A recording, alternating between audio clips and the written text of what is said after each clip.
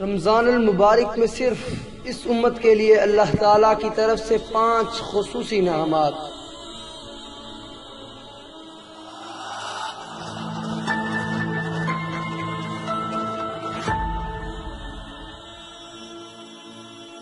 حضرت جابر بن عبداللہ رضی اللہ تعالی عنہ سے روایت ہے کہ رسول اکرم صلی اللہ علیہ وسلم کا فرمان ہے کہ میری امت کو ماہ رمضان میں 5 ایسی چیزیں عطا کی گئیں جو مجھ سے پہلے کسی نبی کو نہ ملی۔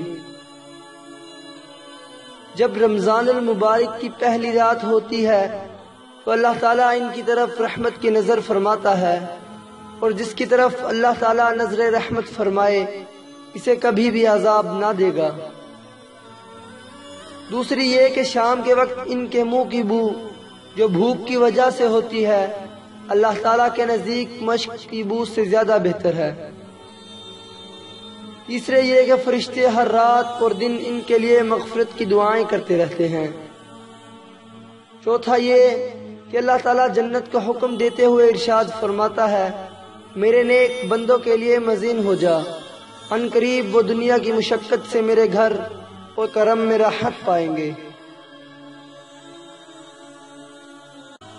پانچواں یہ کہ جب ماہ رمضان کی آخری رات آتی ہے تو اللہ تعالیٰ سب کی مغفرت فرما دیتا ہے۔